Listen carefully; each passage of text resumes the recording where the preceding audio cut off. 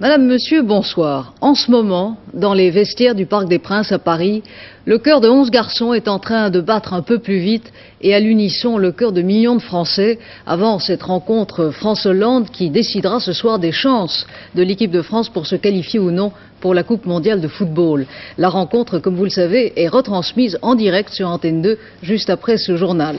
Depuis ce matin, le Parc des Princes est pris d'assaut, les supporters des deux camps sont en place et l'ambiance est déjà chaude, Jean Mamère.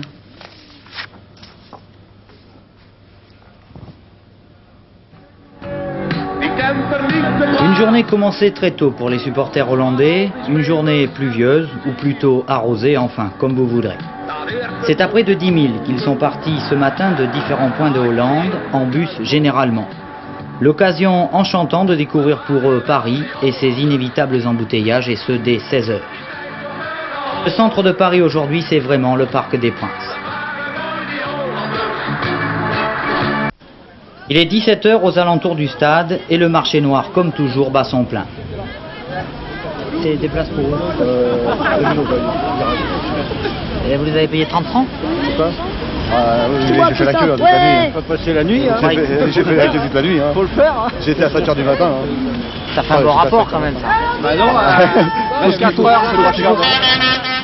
18 h, la nuit est tombée, les klaxons sont bloqués, la foule commence à débarquer. Une foule silencieuse venue du métro, ou bien riche en couleurs, venue de loin, et elle sait faire savoir d'où. Et puis il y a des Hollandais, mais aussi des Belges, et eux qui sont fiers de l'être.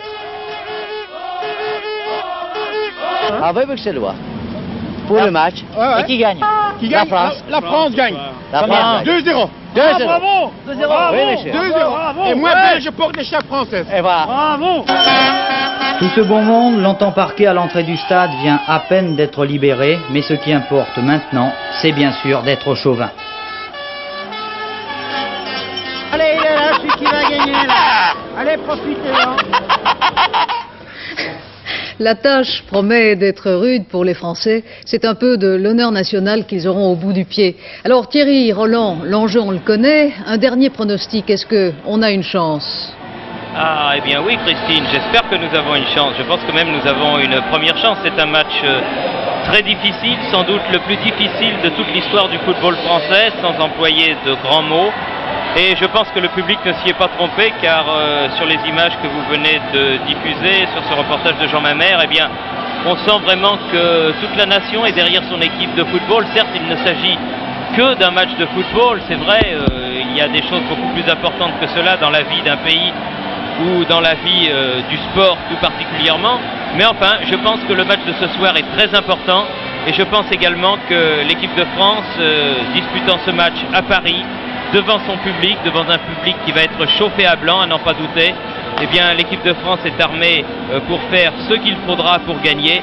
Face à une équipe qui n'est pas la première venue, il est bon de le répéter une nouvelle fois, puisque les footballeurs des Pays-Bas ont disputé la finale des 2 derniers championnats du monde. Et cela nous permet de rappeler à nouveau que lorsque le tirage au sort de ces groupes préliminaires de Coupe du Monde a été effectué, eh bien l'équipe de France ne pouvait pas plus mal tomber face aux Pays-Bas, 2 fois finaliste de la Coupe du Monde lors des 2 dernières Coupes du Monde, et face à la Belgique, finaliste du dernier championnat d'Europe des Nations. Il fallait donc en éliminer un des 2, puisqu'il n'y avait que 2 qualifiés possibles dans ce groupe, et de toute façon, réussir à en éliminer un et 2 était un exploit que seule l'équipe de France pouvait réaliser au Parc des Princes.